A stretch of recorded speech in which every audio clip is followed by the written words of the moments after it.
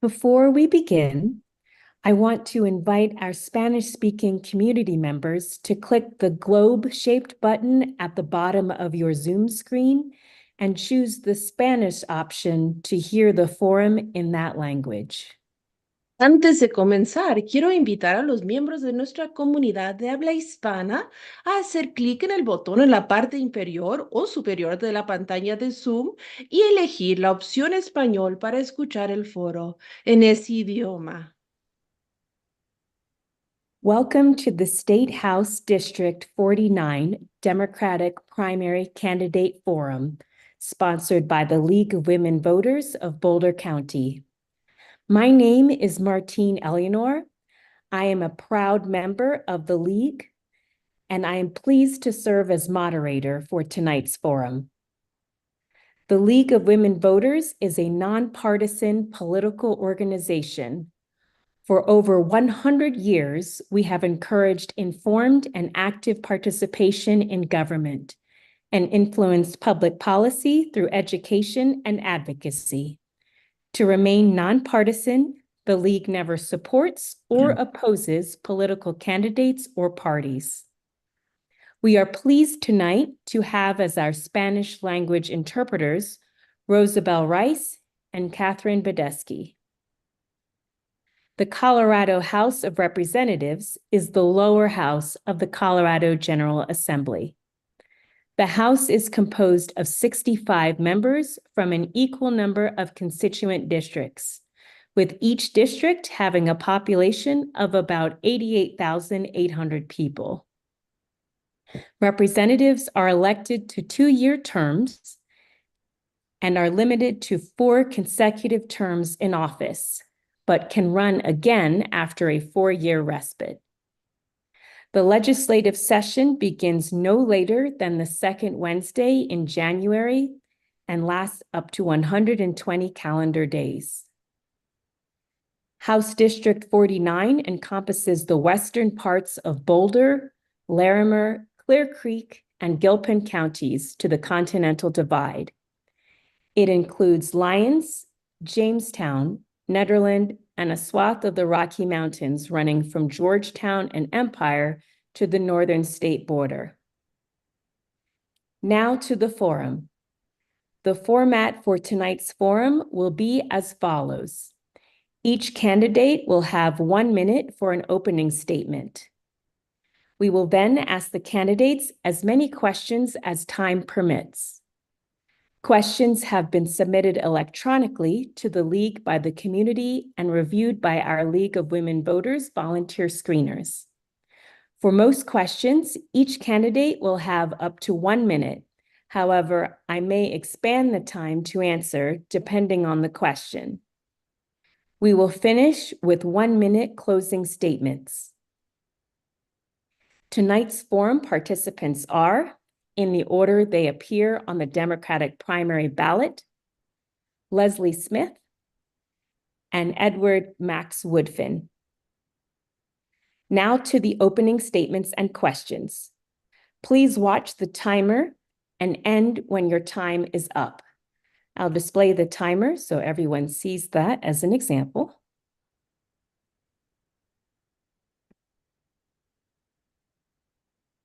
If you are mid-sentence when your time is up, please promptly finish that sentence so we can move on to the next candidate. For the opening statements, we will begin with candidate Smith.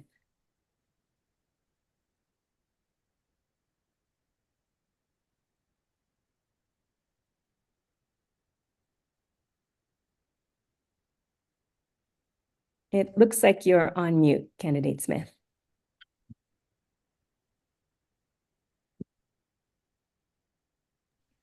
Great. Thank you so much for hosting us today.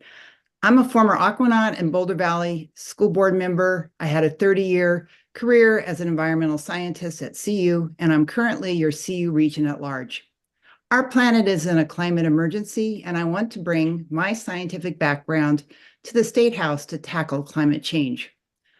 Public education is also a top priority for me, and I will fight to better fund both K-12 and higher education. Affordability is a universal issue I've been hearing about across the district. The legislature tackled the issue of affordable housing this year, and I look forward to seeing if this makes a dent in the housing stock shortage. I believe healthcare is a basic human right, and I will fight to ensure everyone has universal healthcare. The country is awash in guns, and our state needs to continue tightening gun restrictions. I look forward to hearing your questions tonight. Thank you. Candidate Woodfin. Thank you, Martine, and thank you to the League of Women Voters for hosting us tonight. And thank you to all of you who are listening in and watching for showing up. My name's Max Woodfin. I'm very new to politics. I'm an Army veteran, a former public high school teacher, and now a mental health counselor. And my main reason for running for office is I am really concerned about the state of our democracy. And I also want to create a more inclusive democracy, starting here with House District 49. I want to bring in the diverse voices of the district, all the way from the foothills of Boulder to the rural areas of Larimer County. Furthermore, I'm very interested in getting better mental health access for people regardless of their socioeconomic status. I also want to protect women's reproductive freedoms no matter what, and also create better public land access for people. And then finally, living in the mountains myself, I know the dangers of climate change for mountain communities, and I want to do everything I can to protect mountain communities. Thank you.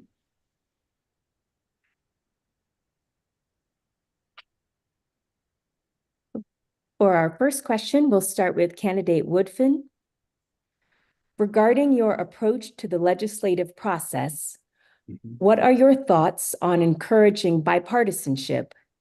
And how will you work with members of the other party to accomplish your goals? Great. I really appreciate this question because this is a cornerstone of my campaign. While a lot of people would probably call me progressive, and I would call myself progressive, I think we need an inclusive democracy where lawmakers, no matter what our policy standpoints are willing to talk to people. And I think we need to put humanity before policy.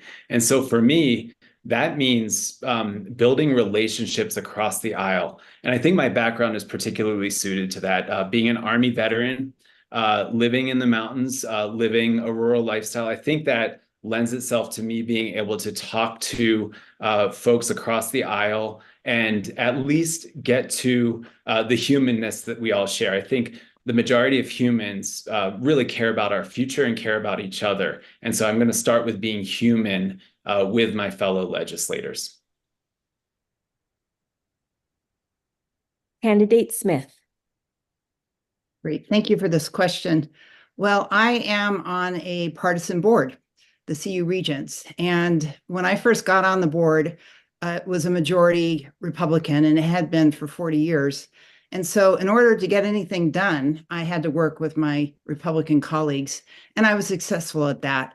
I worked with the Republican to get sustainability into our first ever strategic plan. I also got a land acknowledgement for the system, as well as asked our legislators to pass legislation to allow out-of-state Native American Indians to receive in-state funding. And I've also worked with quite a few Republicans, and actually it was a Republican that made me think about running. Cleve Simpson, the senator from the San Luis Valley. We started talking about water issues, which is my background. And the more we started talking about that and solar and lack of transmission lines, I thought, I think I can contribute to the House.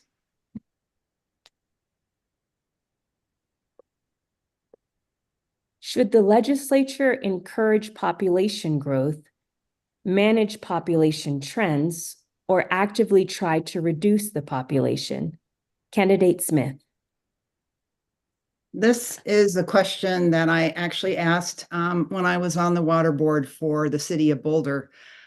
We do projections every year, the water board does projections on how much water we expect to have in 50 years, given the population size that we expect. And I flat out asked, is the state thinking at all about controlling population growth? And basically, they told me that question is verboten. So the state does not and will not consider growth control. And so we're going to have to manage with the resources that we have and be more conservative with our resources in order to be able to continue living the way we do. Fortunately, well, maybe not fortunately, but Boulder County is actually shrinking, and many of the school districts across the state are shrinking. And that's because our population growth has slowed down somewhat.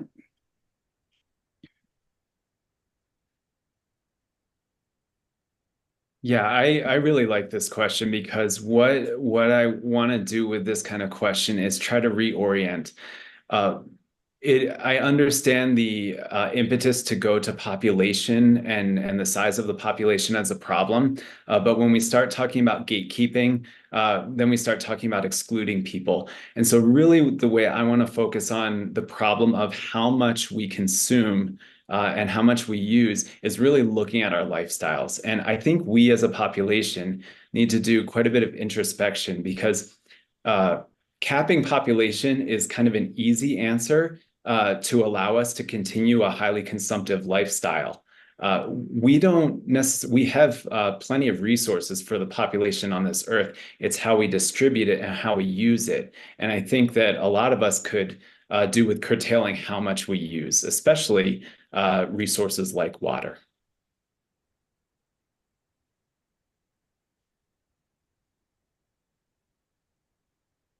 Many are concerned with the rising costs to rent in Colorado. Do you think city councils should make decisions in regards to rent? Candidate Woodfin. Yeah, knowing that this is a complex and sometimes divisive issue, I would like to see city councils have the ability to make decisions locally about rent. For example, if a city determines that they do want to implement rent control, I don't think there should be a state law barring them from that. That said, I think the problem with the high cost of housing is bigger than just solutions like rent control. We're seeing a lot of outside investors buying up properties, especially walking around some of the mountain communities in House District 49. You see a lot of vacant homes, and it's very clear if you start to look at the data that these are outside investors who don't actually live here, and for one reason or another, they're investing for profit. And so I think we actually need to target those investors who are investing for profit. That's where I would start with this issue. Okay. Candidate Smith. I am a strong advocate for local control, and I just cannot understand why the legislature can't pass a law that will allow municipalities to decide whether or not they want rent control.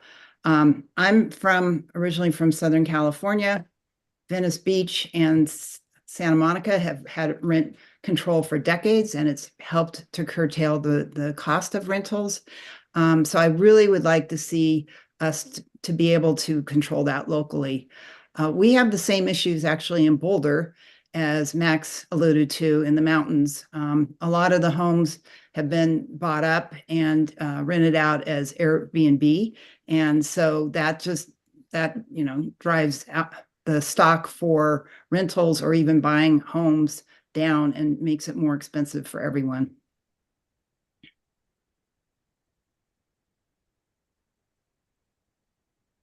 What legislative actions are needed to better support children and families in Colorado and to provide all Coloradans with access to basic needs, including food, housing, and healthcare? Candidate Smith. Yes, and we need to do more to support families. And one thing that I talked about in my opening is universal health care. I was really disappointed that the legislature's bill that would have studied how to implement universal health care and the costs associated with it died on the clock. So if I'm elected, I will fight for that bill. The other thing I just saw recently was passed is the family affordability tax credit. And this tax credit is for each child. It's tiered depending on the age of the child. And it is estimated to reduce childhood poverty by 50%. And it will put more money in the hands of families to be able to use for food, childcare, rent, or whatever they need to use the money for. So I'm very excited about that tax credit.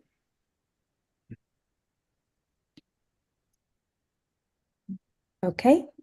Candidate Woodfin. Yeah, while I look at this issue as an issue for all Coloradans, I especially see it as problematic in rural and mountain areas where people live far from services. So in District 49, we have people who live, upwards of 20, 30 miles through the mountains from health clinics. So access to primary health care is hard to find in these mountain communities, and often it means driving down to the plains, to urban populated areas in the plains. Furthermore, in a lot of the mountain communities, recently, Nederland has been working on trying to get a pre-K facility so that parents can have childcare while they go to work in the community where they live. And there's been a lot of difficulty with getting that initiative through. So I'd like to see the state support rural mountain communities and rural communities in general, getting more pre-K care facilities and also better healthcare access. What do you consider a fair tax system for Colorado?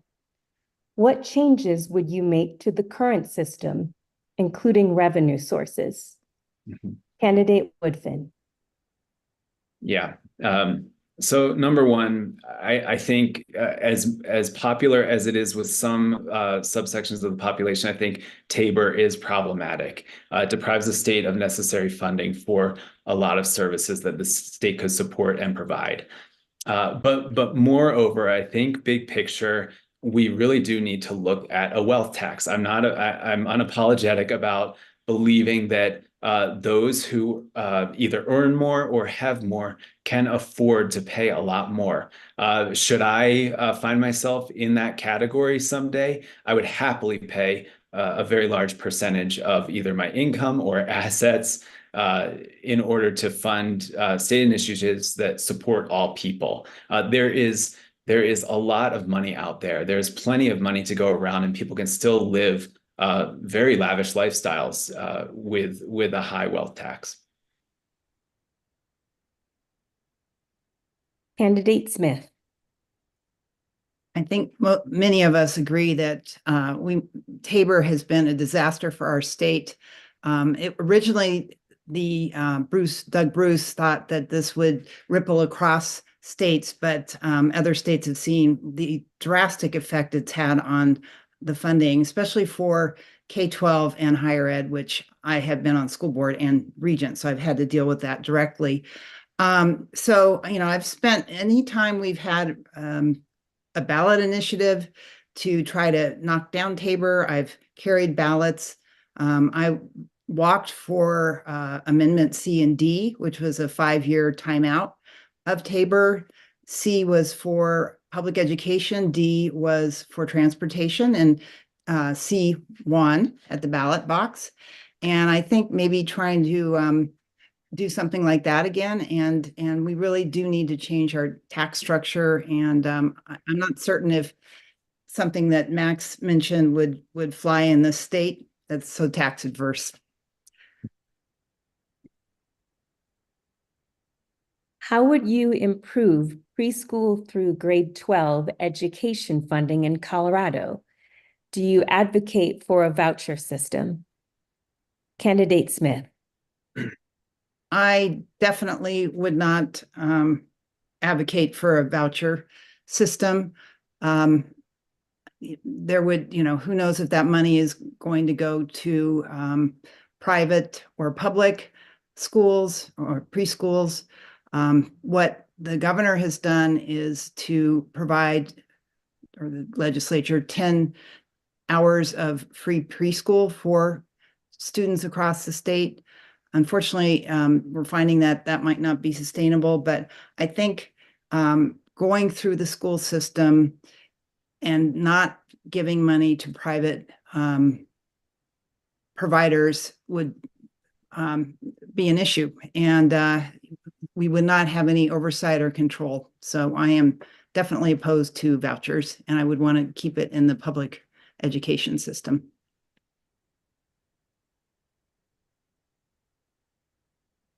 Candidate Woodfin.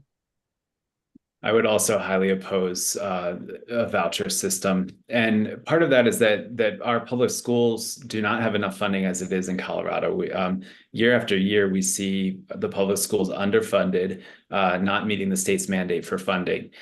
I want to see our public schools be able to reach a diversity of learners. So I believe education should not be one size fits all. And so I think the funding for public schooling should go to that diversity and the ability to fund teachers to teach to the needs of individual students. We're missing the mark across the nation when it comes to reaching individual students. The school system is designed for high achievers where they may succeed, and it really misses, I think, a majority of students. So I would like to put public funding toward public schooling that reaches the diversity of learners, not toward private schools.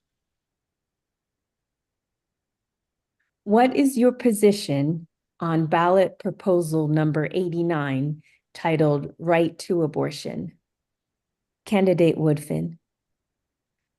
I goes without saying, I 100% support this ballot initiative. I certainly hope it passes. If it does not, I want to work with the legislature to build more robust laws to protect women's reproductive rights and women's right to abortion.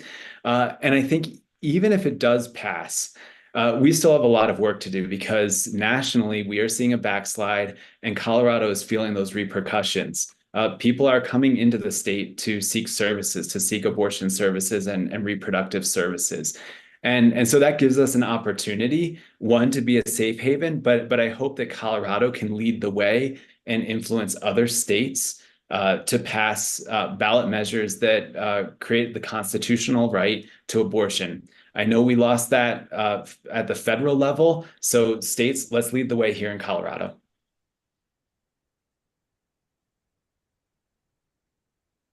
Candidate Smith. Thank you. I strongly support this measure, Proposition 89. And actually, I think I signed the petition the first day it was available, and have gone to a couple large fundraisers in Boulder. And I was really excited that we got it on the ballot with the necessary number of signatures. It's interesting because other states where they've passed abortion restriction laws, like Ohio, the voters have said, we don't want that. We are going to run a ballot initiative, and we are going to get this on our Constitution. And I helped write postcards that were targeted at some of these states like Ohio to try to get people to realize that they need to vote for this ballot measure. And I think, if we don't pass it, we are a safe haven. But if other states that are red and conservative can pass this, we sure as heck better too.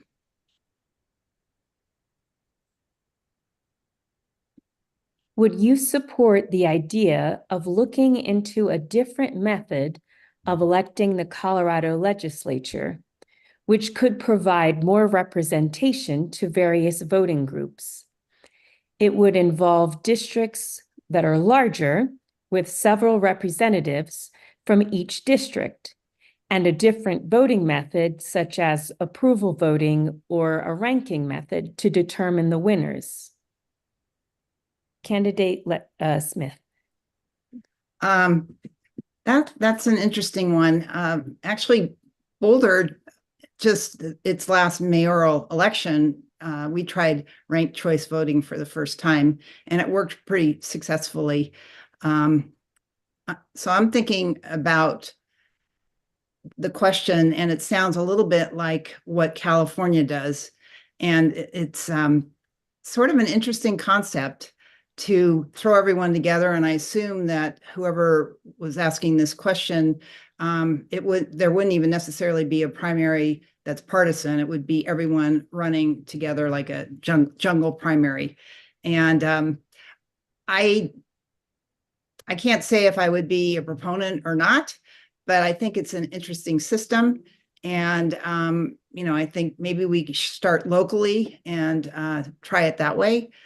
Although, let's see, city council is nonpartisan. So, but it's an interesting idea.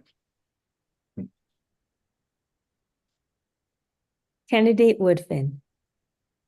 I'll begin my answer with the caveat that I'm a proud and lifelong Democrat. And with that said, I think our two-party system is problematic because even if you look at Colorado statistically, you're seeing a lot more people go unaffiliated or independent. And I think that's because the two-party system tends to leave a lot of people out and is not accurately representative of the people. Now, we can't get to perfect accuracy, but I do think that our majoritarian rule is problematic. While I'll work with the system right now, I'd like to see change. And so something that is more pluralistic, that brings more voice from a multitude of voters, like what is suggested in the question, could be helpful and is worth exploring. I think it's worth exploring what it would look like for districts to have multiple representatives that are proportionally representative of that district.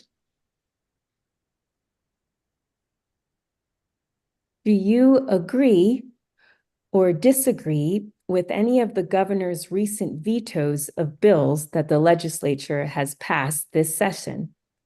Candidate Woodfin. What I'm trying to understand is what's behind I'm answering this non-specifically, but I want to understand what's behind generally the veto of restrictions on oil and gas. So I know that the governor has basically said overtly that he does not like the idea of capping oil and gas permits by 2030. I think doing that would require an aggressive movement on the state's part to support new green energy initiatives. But I'm trying to understand why he and a lot of Democratic representatives have been opposed to a cap on oil and gas permits. So that's one place where I'm pretty concerned, and I just want to understand what information that we as people don't necessarily have, and why the Democratic majority hasn't been pushing that more.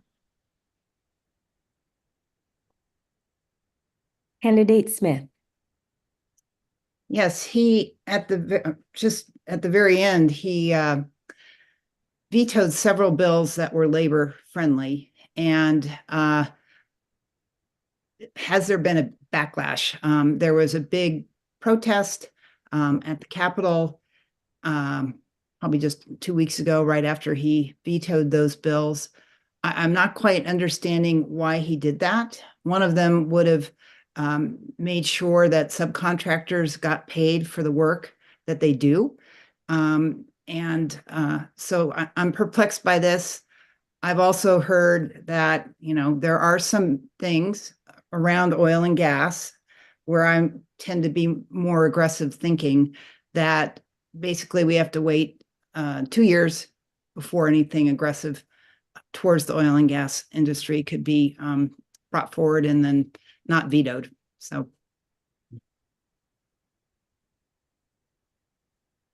Do you support state control over local government zoning decisions? If so, under what circumstances should the state override the local government planning process? Candidate Smith. Well, as a former school board member, I hold local control very closely. We're one of 8 states that has local control for school districts. And that trickles on down to municipalities. We are a local control state. And so last year when the big bill rolled out, and I had already started campaigning over a year ago, talking to various elected leaders throughout HD 49, and they were upset that there had been no stakeholding and that the governor wanted to take away state local control. That being said, the legislators last summer started doing their stakeholding and breaking down the bill, and I think they passed some that are more palatable. I really like the one where municipalities have to develop a housing affordability plan with measurable, actionable steps to take. Candidate Woodfin. Well, in theory, I do see a role of the state in terms of overriding local control in some issues. For example, I have a very hard time with exclusionary zoning. Just down the hill from me in a city like Boulder, you have a lot of zoning laws that make it very difficult for people to make their way into Boulder.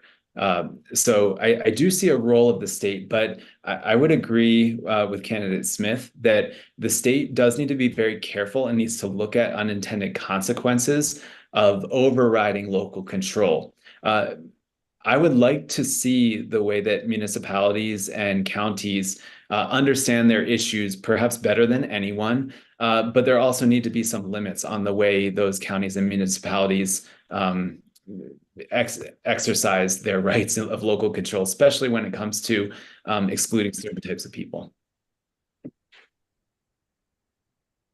What role should the state play in providing funding for affordable housing? What sources should be tapped to fund affordable housing? Candidate Woodfin. I think one of the ways that the state can provide funding for affordable housing is to support local initiatives. So back to this question of what municipalities and counties are doing. There should be state initiatives that inspire municipalities to create more affordable housing, more permanently affordable housing, and affordable housing for folks in the middle class. So I think that what the state can do is create initiatives. There are already state grants available for municipalities who are engaged in building low-income and middle-income permanently affordable housing, but the state can find more of those funds. So again, I am a person who sees the world not as a scarcity model, but in terms of how much we do have to provide. And I think we can, as a state, find ways to support those communities that are building affordable housing. Candidate Smith. Well, I was a proponent of Proposition 123, affordable housing programs headed up by the state. And again, as I mentioned in the last question, I think municipalities needing to develop their own housing plans, because a one-size-fits-all doesn't work. And I think the state, what they can do is help provide options, a toolbox. So, what are different ways that municipalities could tackle the affordability problem? Boulder, for instance, what they've done is they essentially charge a tax on developers that's 10% to go into an affordable housing pot, which then Boulder Housing Partners can use to build affordable housing around the city. And I toured with the head of the Boulder Housing Partners, and she showed me the various developments that have been built. Should the influx of migrants into Colorado, especially to the Denver area, be aided at the state level rather than depleting the funds of the cities bearing the brunt of their costs? Candidate Smith. This is a really difficult question. And of course, we're seeing Denver struggling with this. Mike Johnston let them in with open arms, and then all of a sudden their budget has taken such a hit that he's had to cut back on some of the other services that the city provides. I think one thing that the state can help with the migrant crisis is to speed up work permits. I actually had a research project in Venezuela when I first came here. And so I know, Venezuelans are hardworking. They're coming here, they're escaping a horrible situation. They want to be able to work and to provide for their family. So if the state can help speed up the work permit process, I think this is one area that the state can help with. I'm also hearing that school districts, even our own Boulder Valley, is getting a large number of migrants in, and these students need more resources because they don't speak English. And so the state can help fund school districts for these students. Candidate Woodfin.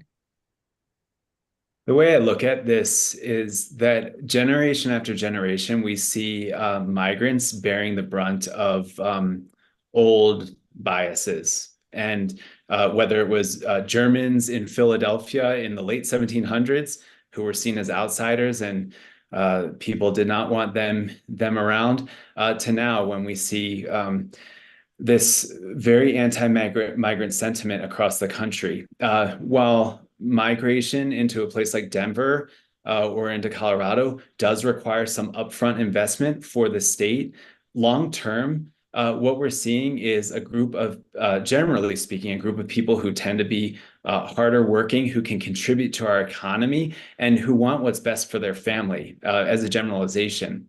And so, for example, I think the state does need to aid public schools that are seeing a large group of newcomers coming in before the budget of that school can catch up. So I do see the state's role as aiding local communities before those communities can catch up financially.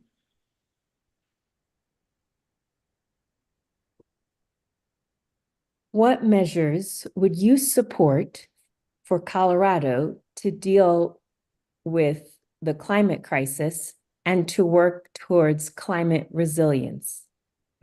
Candidate Woodfin. I look at the climate crisis on two levels. One is how we as a species absolutely need to adapt, and we need to adapt beyond just technological solutions. Yes, there are a lot of green initiatives and green technologies that I think we can work into this problem set. But really what we're looking at is how we as human beings see ourselves on this earth. And I think I alluded to this earlier with this not necessarily being a population problem, but it actually being a problem of consumption and how we live. So I'd like to see more robust local economies and more cottage industries that cut down on the amount of gas we put into trade. But moreover, locally, I see a lot of ways that we can build resilient communities through empowering local communities like my community here in Sunshine Canyon and up in Gold Hill to create wildfire mitigation projects where community members are knowledgeable and able to contribute to those projects.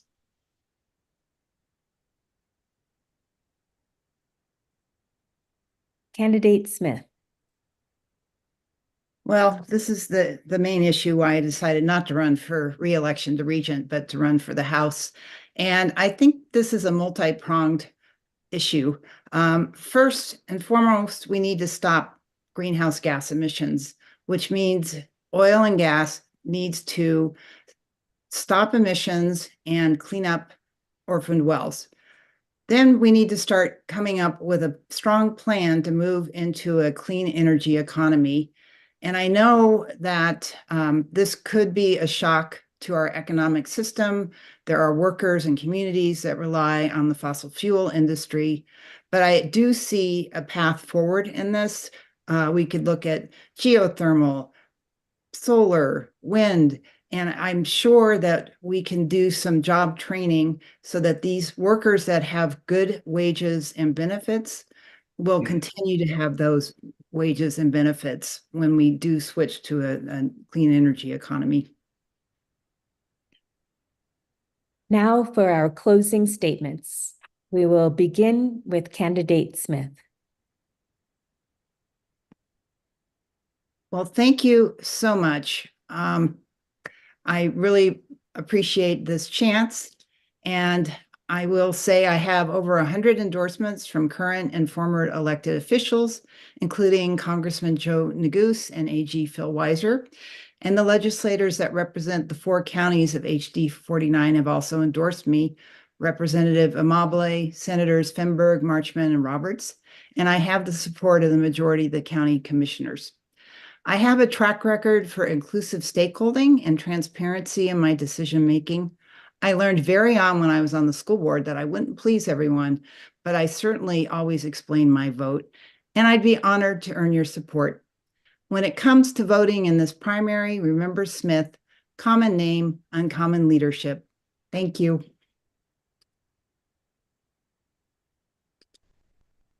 Candidate Woodfin. So what initially inspired me to run was having returned from a deployment from Eastern Europe where the country I was in was recovering from a civil war, and that civil war had been stoked by an authoritarian who worked really hard to divide the population along cultural lines.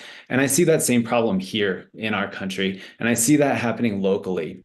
As a candidate, I have been knocking on doors. I think as a team of volunteers, we've knocked on about 10,000 doors so far, which requires hours and hours of effort.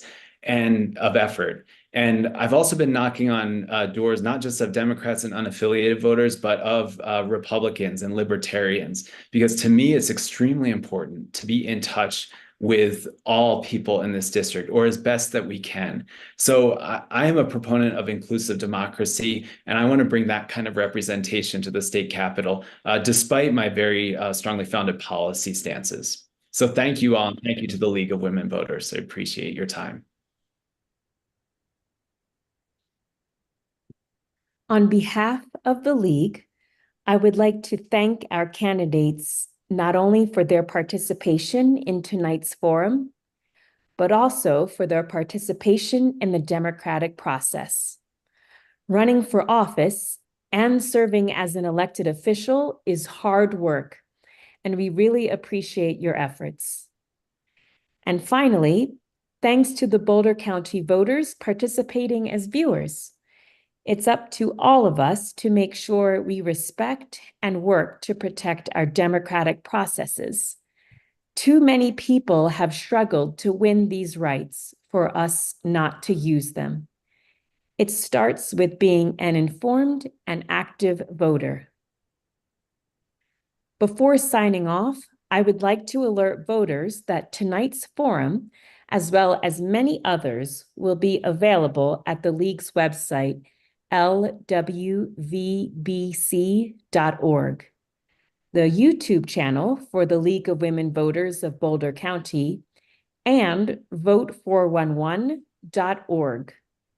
Vote 411 is the League's premier voter information guide that supplies nonpartisan information on state and local candidates, ballot issues and questions, and much more. And thank you to both of our candidates tonight for completing the Vote 411 questionnaire. Resources available on Vote 411 are available in both English and Spanish. The League of Women Voters of Boulder County works throughout the year to help empower voters and defend democracy. If you want to lend your time and skills to encourage civic engagement for all people in a nonpartisan manner, please join us. All the information you need is at www.lwvbc.org. Thank you very much and have a great evening.